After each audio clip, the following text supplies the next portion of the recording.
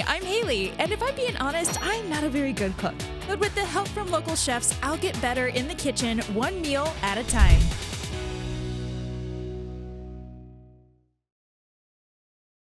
Welcome to In the Kitchen at DeRocher's. I'm Haylie, and today I'm so excited for this episode because we'll be sharing a cheers on the mix, and our special guest, Chef Moussa, is from Souk and sharing a traditional family meal that is easy to prep and perfect for weekly meals. But right now, let's learn more from Chef Moussa. Chef Moussa, first and foremost, thank you for joining us here on In the Kitchen at DeRocher's. It's my pleasure. Thank you for having me. Now I'm going to be honest, I've actually been a fan of Souk. I think your cocktail program's great. I love your food. But what got you into cooking? Growing up in an ethnic family, it was always eat, food. And, I can remember my mother cooking and everybody eating, and I don't remember her ever sitting down to eat. She was always at the stove. Same with my grandmother, and I got into, at one point in time, I had 4 restaurants at the same time, and probably should have been tied up in a straitjacket by the time I got done with that. But I remember at one point we had lost a chef, and I was at the point where I'd always been good in the kitchen, and I just kind of self-taught myself to, instead of replacing, taking it over. And sometimes the mentality is, I just wanted to get it done, and sometimes you feel like you just have to take everything in your own hands. But Souk's pretty special. I opened that October 1st of 19, and then we know what followed months later.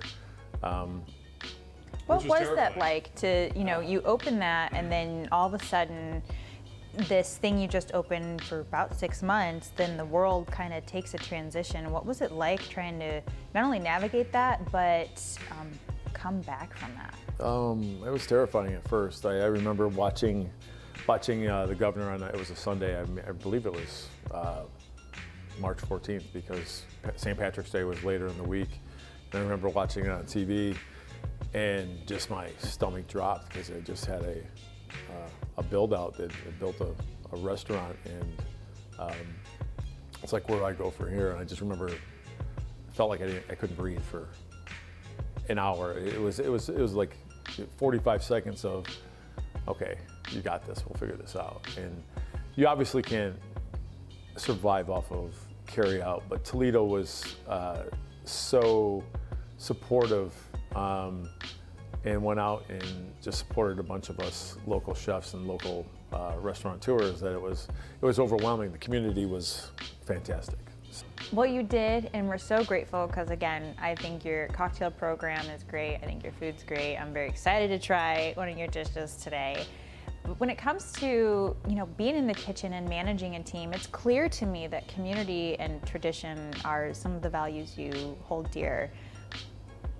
What do you enjoy most about being in that kitchen and creating something not only for your guests, but an environment where people can be creative along with you? I think the most satisfying thing is because we have that open window, so there's 3 booths that are right in front of the kitchen, and then to see somebody smile or just go, this is great, to watch the reactions. It's like our little fishbowl. We're looking into the fishbowl, and we have these customers that are hopefully 100% of the time happy. I can resonate with that because, I grew up as a performer, and to know that you impacted someone's mood through something you created or put together is, yes, it's very fulfilling and rewarding. Yeah. And the fact that not only are you doing that, but you're nourishing people's bodies with some of this food, because the food that you use, a lot of it is very rich in protein and those ancient grains that we like to talk about as far as the fad goes. Well, today you're going to share with us your mujaddara. Mujadara, yeah. Mujadara. What all goes into that dish? You're going to see black lentils, rice, cumin, a little S&P, salt and pepper, a lot of onions. Either some chicken stock, some vegetable stock, whatever you prefer. If you're vegan, vegetarian, you can make it to adapt to that. and just a lot of love into the dish. You know? I am so excited about trying your dish and attempting to cook it with you. So when we come back, you'll see Chef Moussa and I in the kitchen, but first we're going to get in the mix. Well, Brooke, thank you so much for letting us come to the Gristmill Bar. Now, I'm going to be honest, coming up here, it looks kind of small, but you come in and you are met with these huge garage doors. You have all this light and delicious looking drinks. So tell me, what was kind of your vision for opening this bar? So we just wanted to bring something new to the area with an open atmosphere that we could operate all year round. So the garage doors allow us to open up in the summertime and let that fresh air roll through, but in the wintertime, it keeps it nice and cozy for the locals and visitors. And you even have the convenience of the Jet Express being right here, so people can come and have a couple sips before they board the island, and then when they're done, they can come hang out with you again. It is a great spot for a quick drink before you head over to Put Bay. Yeah. You may end up here the whole day, though, instead of getting on the island, right? We always encourage people to explore PC because there are so many options now. There's new businesses popping up every year, so definitely encourage people to hang out. Now, I understand that you're one of few female-owned bars. Yeah. What is that like? It's great. It's a lot of work, but I take pride in it every day, and all of my bartenders are females as well. So it's just a great atmosphere, and yeah, I'm proud to be able to say that I'm a female bar. I appreciate that so much. It's women-owned, it's women-run, and furthermore, you're more than just a mixologist and an owner, but you have some tricks behind the bar that you even gotten some accolades for. Yes, I do have a few flair tricks that I do here and there. I went to the European bartending school in Miami and learned some stuff over a weekend, and it's nice to bring that here. I enjoy it. I have fun. It's so fun to see someone be theatrical behind the bar, because I think, you know, mixology is kind of that combination of science and creativity, but the bartending experience, you're kind of hosting and putting on a performance when people are there and taking their drinks. So it's an all-around experience between the sip and even being served. So I think it's awesome what you're able to do. Thank you so much. Yes. So we have two drinks that we are, well, actually, that's a lie. We have one drink and a flight, but the first one that you showed us has like rainbow colors, which it is June. Perfect for the time. What all goes in it? So this is called the Funky Mill. It has our fresh lemonade that you will only be able to find here. We have a secret ingredient that just makes it a little something special with our raspberry infused vodka, and then it gets topped with a seltzer that is actually from Funky Turtle Brewing in Toledo. Wow. Yes. Oh my goodness. So we have some Toledo infused in this drink that is vibrant and colorful. I mean, you got yellow, you got pink, you got blue, and a little rainbow straw. Yes. You also got this flight, which also is vibrant in color, but you did a trick that I am always blown away by. Also, you have white on. You didn't get a single stain on it. I'm very impressed with that alone. But you were able to pour all four of them at the same time. Yes. So that was one of the fun tricks that I learned while I was in Miami at the bartending school. Just fun to break it out every now and then. You don't get that a lot around here. Yeah, what a great way to introduce people to the summer fun here in the area. And of course, you can experience that all year round. With that said, shall we share a cheers? I would love to. Yeah. Perfect. All right. I think I'll take your big fun one. Ooh, she's so pretty. Cheers. Feeling it. Here we go. Ooh. Oh, that's delightful. I love it. It's also really fun because it's a layered drink, so you can mix it up or you can drink it in layers. So we like to tell people to try it before they mix it all up, so they get to experience each sip. Anyone who's wondering, this is delightful. It's refreshing, but also sweet, but not pungently slow. I mean, it really is a nice sippy drink while you wait for your ferry, or maybe you miss your ferry because you have to want your wedding. Well done. Well, thank you, Brooke, so much for sharing your art with us on The Mix. Thank you so much for coming. In the Kitchen on BCAN is presented by DeRochers, your appliance experts.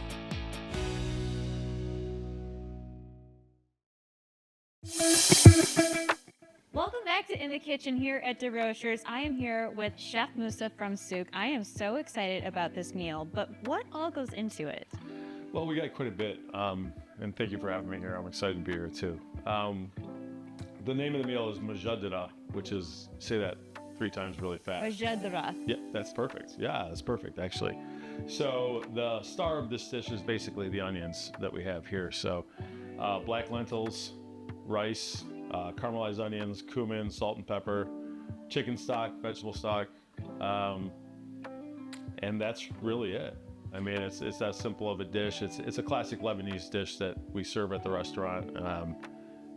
Serve a lot of it. It's something I grew up on and something that's, dear to my heart. So.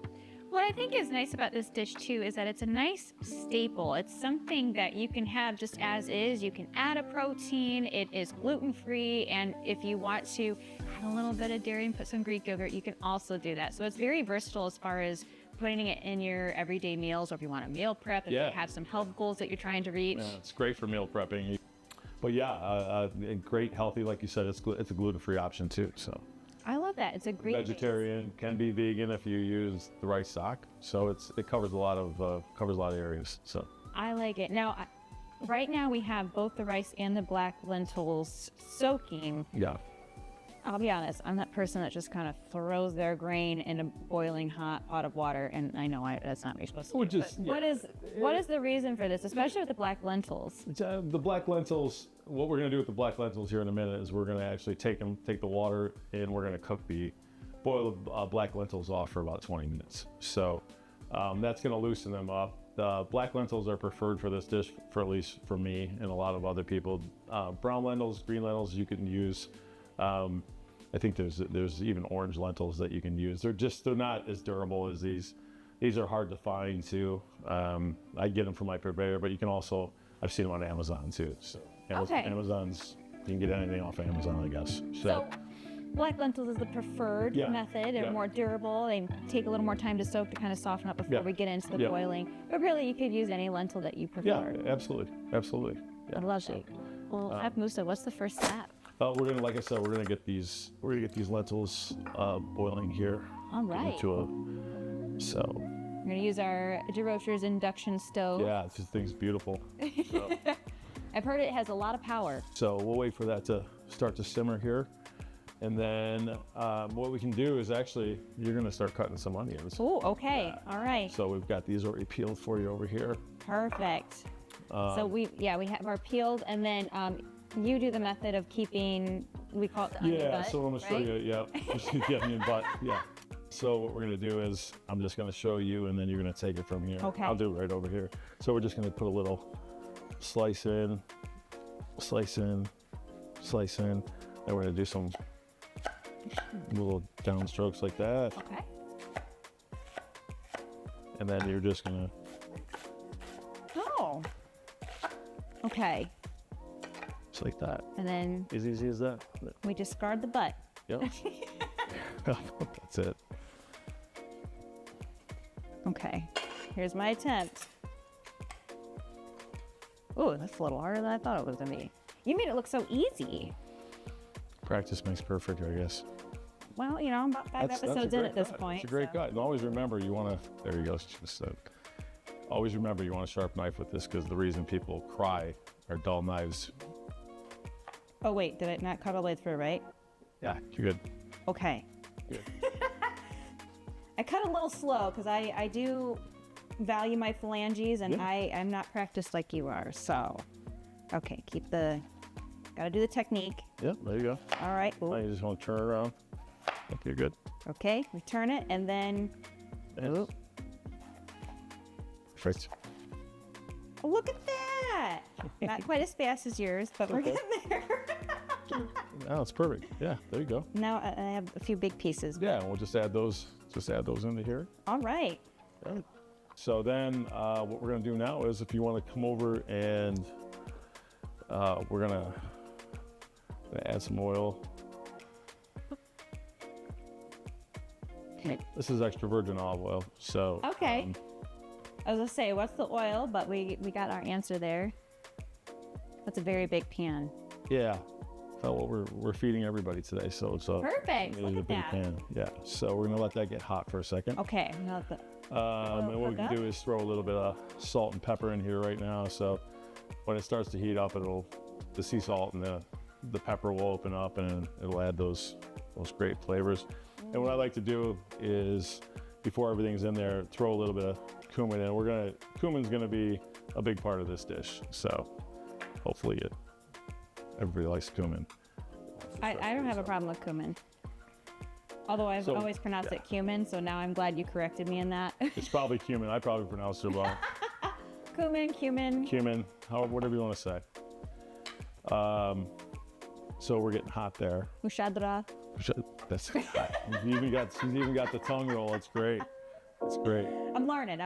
Yeah. So we're already at some pretty good heat here with this induction. So we're just gonna drop these in. Look at all those onions. You hear it sizzling already. So, and then it's a matter of, we really want to work these onions down to almost transparency.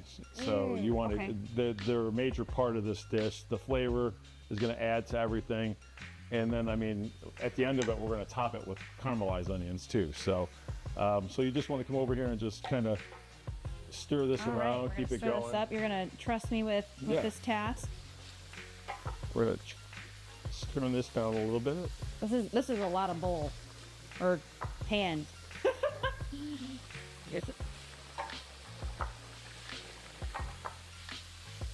Is there a method? Now, when it comes to the onions, is it one of those things that you want to definitely keep moving it, or kind of let it sit? Yeah, you can let them sit for a minute. You don't have to be afraid to let them sit. That way they get caramelized and start to brown up a little bit. And then if you want, you can add a little bit of salt and pepper in right now, a little more cumin on top of it. Cumin, whatever you prefer. Whatever you want to do. Yeah. You know? Yeah. Whatever your heart says. Mujadara. So you got that nice heat going, you can hear that oil sizzling, then the onions are, Very, very good. You get that fragrance, smell that cumin coming off of there. I know it's opening my sinuses. This is great. Woke up with a little stuffy nose, so there we go. And you didn't cry when you cut the onions, you had a nice sharp knife, right? I didn't! Told you. Wow, who knew? I just needed to sharpen my knife. Now I know what's on my Christmas list. That's why you cry so much, is you have a dull knife, you're piercing the membrane, and it's just shooting up into your eyes. So if you don't want to cry, sharpen your knives. Or you can wear safety glasses. Yeah, you can do. Right? You can wear onion goggles. Yeah. You know, there's ways to work around. I like the sharp new knife idea. You know, very good. Yeah, you're good for a minute. You can let it sit for a while. All right, we're gonna let her sit. Add a little bit more olive oil. Yeah, so this is getting pretty good. Perfect. And you know, like you said, it's a classic dish, and it's just a wonderful dish. It's just, like I said, it makes me smile because it reminds me of my mother and my grandmother, and it was. I remember sitting down as a kid eating this and like, can I have a steak or something like that? But now that I'm older, it's just you miss this kind of stuff, and culturally, it was a big part of our culture. So Yeah, I mean, I think it's beautiful that it's something that was a tradition in your household, and now you're able to share it with your visitors at your restaurant. And even today, we're learning how to make it for ourselves. I appreciate you sharing that tradition. Yeah, and I mean, we do a lot of Middle Eastern dishes, and I do everything with a little bit of a twist. The stuff that I grew up on, I like to just put a different take on it. But this is a classic, and it's you know, like I said, we're kind of going by the book on this one a little bit. There's a little bit of a twist to it, but just, you know, it's just comfort food. Comfort food, good for you, gluten-free, healthy. Like you said, you can plan for the week with a batch like this, and I love doing a one and done thing. I don't want to be cooking every night. I love that part. Well, while we continue to let the onions go, we're going to eventually add the rice when we come back on In the Kitchen. In the Kitchen on BCAN is presented by DeRochers, your appliance experts.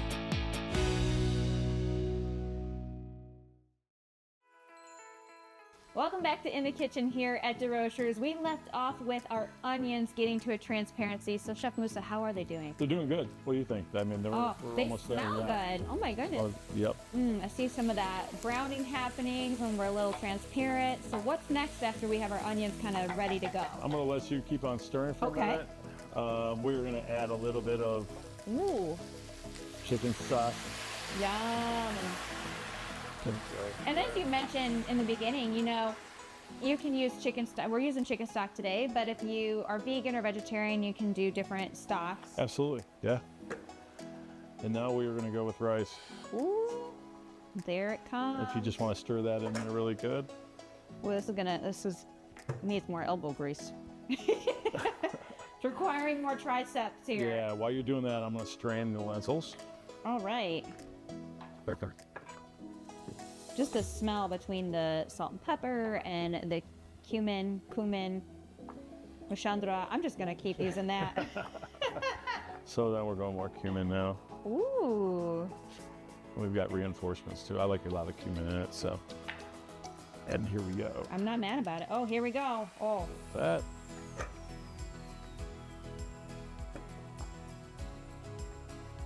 There we go. Yeah, thank you. So you want to make sure you're stirring so it doesn't stick, and if it starts to, you add a little bit more liquid if you'd like. Add some more chicken stock. Oh, that's good too. Normally I would have a big enough lid to turn this down, put the lid on it after you get to a certain point and just let it kind of simmer, let the steam do its work on the rice and the lentils too. So, but now it's just waiting for it to all come together and the rice to soften, and then it's to the bowl with it after that. Just knowing what I know about lentils, I already can know that there's pretty high in protein at least. Yeah, you don't have to go to the gym after this either, stirring it so much. Right? Yeah. That's what I'm saying, to get all the try work going, you know? Shoot. Starting to regret focusing on my biceps, you know? I mean, they're not doing so hot now. I've only been in the gym for like 3 weeks, okay? Like, give me a break. I'm getting there. A refill on the cumin. Oh, we need more cumin. That'll be fun. I do love the smell of that though. And very good. we don't have a recipe in front of us, obviously. The way I was taught mostly growing up is Lebanese women don't, when I'd call my mom for a certain amount of how many spices do you put in this or how many spices do you put in that, she's like, you gotta taste. And it's just, you know, a few of these, a few more of those. So you can strictly go by the recipe. I mean, I've been doing this recipe for a long time, so I'm not going by measuring cups. That's why I'm not a baker. The precision would drive me nuts. It's more of a, I think, toss of some cumin, some salt, and that kind of stuff. So while this is cooking, I know we have several more minutes until that's about finished, but we have some caramelized onions, and you have a trick on how to get those getting good. Oh yeah. So we're just gonna julienne these up real quick. Oh, julienne. I have no idea what that means. We're cutting them. Oh, that's it? That's it. It's just a fancy. How easy. It's just a fancy name. So we're gonna throw it in that hot oil.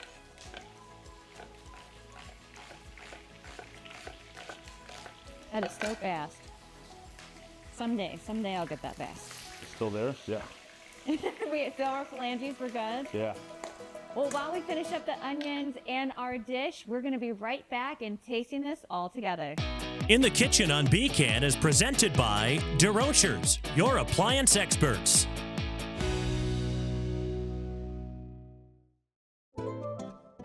Welcome back to In the Kitchen at DeRocher's, and Chef Moussa, I am so excited to finally taste your mujaddara. Perfect. Once again, perfect. I think I'm getting better every time I say it. Yeah, it's impressive. Well, shall we dig in? Yeah. All let's do right. it. Make sure you get some of that Make sure, caramelized. it's my onion in the bite. Yeah. Oh my goodness. Yum. I'm struggling here. I want it too bad.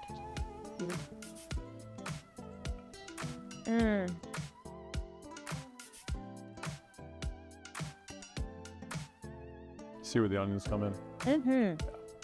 The texture is great. The cumin is vibrant in the dish. And I mean, it's honestly one of those dishes that you can easily enjoy. It's flavorful, but as you said, we can add things or kind of tailor it however we want it. Yeah, I mean, you want to add some spice to it. Sometimes I'll add some Moroccan spice to it, some pepper flakes. It's all about how you want to eat it. Well, Chef Moussa, how can we find you? Mostly at the restaurant. Where you live, right? You're Yeah. home. I've done a lot of stuff on YouTube. We have an Instagram page, TikTok, Facebook. Yeah, all of those, you can find me there. And TikTok, we have a lot of recipes. We do video recipes on there. Like I said, YouTube, Facebook. Perfect. So beyond this dish that you share with us, people can even come and find a little bit more on your social media. Yeah, absolutely. Social media it's pretty strong. We enjoy doing all that, and always at the restaurant. You know, we're open Tuesday through Saturday, and the reason being, when I first opened this concept, after all the years of working all the hours and when I finally got to a place where I'm like, it's 5 days a week, so everybody has a quality of life.